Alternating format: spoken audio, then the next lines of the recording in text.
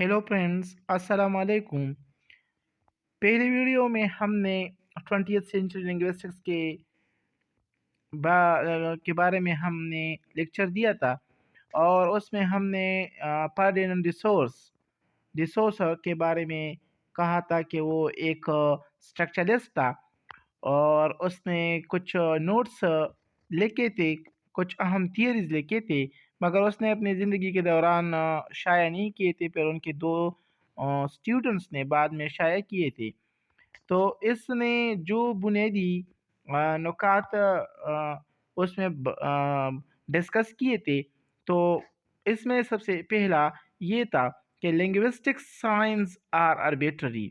उसने ये तस्वर सबसे पहले दिया। इससे पहले तो प्लेटो ने भी दिया था इसके बारे में, और बाद में फर्डिनेंड ने भी ये कहा था कि जो साइंस हम इस्तेमाल करते हैं तो ये आर्बिट्ररी है। जिस चीज़ के लिए हम कोई साइन इस्तेमाल करते हैं तो ये साइन और इस चीज़ के मुतल्लिक़ इसके दरमियान कोई रियल कनेक्शन नहीं होता, मगर ये फर्ज़ी होता है, ये आर्बिट्ररी होता है। साइंस के लिए उसने जो वर्ड हम इस्तेमाल करते हैं किसी चीज़ के लिए, तो इसको हम सिग्निफिकेंट कहते हैं, और जिस चीज़ की तरफ इशारा करता है तो इसको सिग्निफाई कहा जाता है। तो उसने कहा कि जो सिग्निफिकेंट और सिग्निफाई के दरमियान ये जो रबत होता है, कनेक्शन होता है, वो रियल नहीं होता बल्कि ये आर्बिट्ररी होता है। आ, उसने मज़ीद वाज़ी किया या वजाहत की इस बात की कि अगर इसके दरमियान अगर ये रबत हकीकी होता तो फिर तमाम ज़ुबानों में सब चीज़ों के लिए एक ही लफ्ज़ इस्तेमाल होता, मगर ऐसा नहीं है। अगर हम देख ले यहाँ, तो यहाँ एक जो एनिमल है, इस एनिमल का नाम डॉग है। तो अंग्रेज़ी में इस एनिमल को डॉग कहा जाता है, मगर अगर देखा जाए तो उर्दू में इसको कुत्ता और पुश्तो में इसको स्पे कहा जाता है। तो मुख्तलिफ़ ज़ुबानों में इस एनिमल के लिए मुख्तलिफ़ अल्फाज इस्तेमाल करते हैं, और ये इस बात का सबूत है कि इस चीज़ के दरमियान, इस एनिमल या इस ऑब्जेक्ट के दरमियान और इसके लिए जो लफ्ज़ इस्तेमाल होता है, इनके दरमियान जो रबत है ये हकीकी नहीं है बल्कि ये आर्बिट्ररी है। तो सबसे पहला पहला थियरी उसने जो पेश किया वो यही था कि लिंग्विस्टिक साइंस आर आर्बिट्ररी। पहला थियरी उसने ये पेश किया। दूसरी चीज़ जो उसने अपने नोट्स में या अपनी किताब में शाया किया वो सिंक्रोनी वर्सेस डायक्रोनी था। उसने सिंक्रोनिक और डायक्रोनिक के दरमियान डिस्टिंग्विश किया।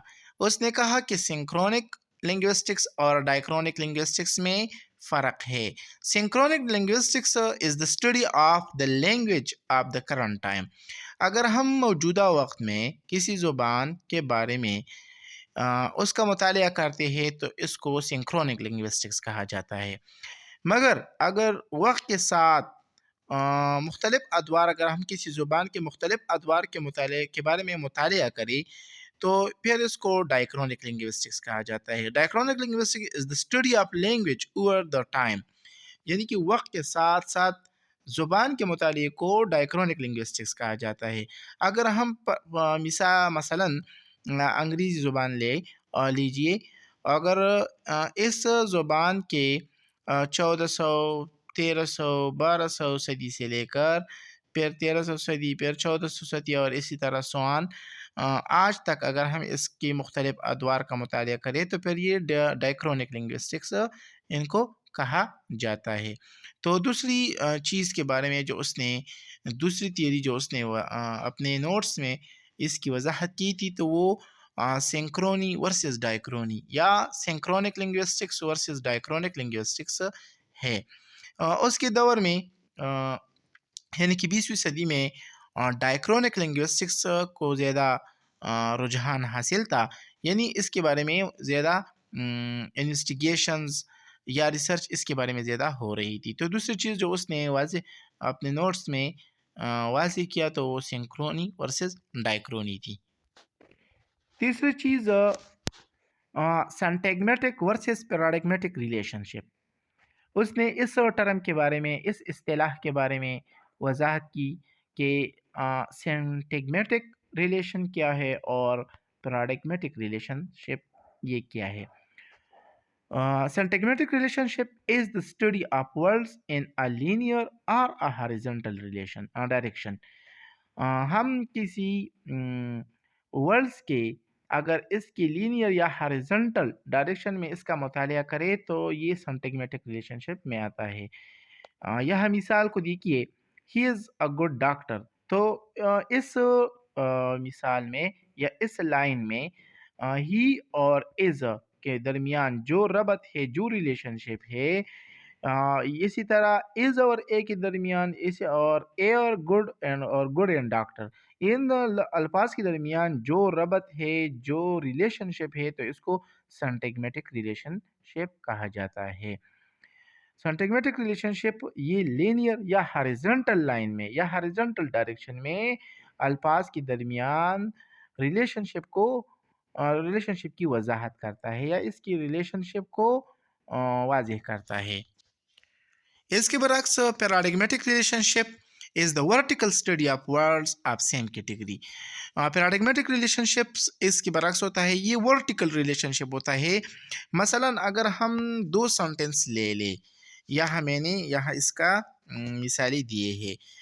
سنٹینس نمبر 1 ہے ہی از اے گڈ ڈاکٹر، اور دوسری سنٹینس ہمارے ساتھ ہے شی از دا بیسٹ نرس.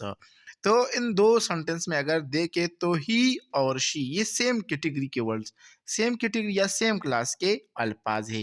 اسی طرح از، اسی طرح اے دو، اسی طرح good, best, doctor and nurse. تو یہ سارے الفاظ جو میں نے اس کے جوڑے بنائے ہیں، یہ سیم کیٹیگریز یا سیم کلاس کے الفاظ ہیں. تو پیراڈگمیٹک ریلیشن شپ میں ہم اس چیز کے مطالعہ کرتے ہیں کہ سیم کیٹیگریز کے الفاظ ایک دوسرے کے ساتھ ریپلیس ہو سکتے ہیں. اس کیٹیگری میں یا اس پیراڈگمیٹک ریلیشن شپ میں ہم مطالعہ کریں گے کہ سیم کیٹیگری کے الفاظ یا سیم کلاس کے الفاظ ہم ریپلیس کر سکتے ہیں. جس طرح ہی کی جگہ ہم شی لگا سکتے ہیں، گڈ کی جگہ ہم بیسٹ لگا سکتے ہیں، ڈاکٹر کی جگہ ہم نرس لگا سکتے ہیں. تو ایک سنٹینس کے جو پیٹرن ہے، اس پیٹرن پر ہم اور پیٹرن بھی لگا سکتے ہیں، بنا سکتے ہیں، اور اس پیٹرن کا انداز یا ترتیب کچھ یوں ہوگا. تو ان دو سنٹینس میں الفاظ کے جو ورٹیکل ریلیشن ہیں تو اس کو ہم پیراڈگمیٹک ریلیشن شپ کہتے ہیں. تو پیراڈگمیٹک ریلیشن شپ کے بارے میں تیسری چیز یا تیسری وضاحت جو فردینانڈ ڈی سوسا نے کیا تو وہ سنٹیگمیٹک ریلیشن شپ ورسز سنٹیگمیٹک ورسز پیراڈگمیٹک ریلیشن شپ تھی. تو ان تین چیزوں کو ہم نے یا ان تین اہم ٹرمز کو ہم نے اس ویڈیو میں آپ کے ساتھ شیئر کیا.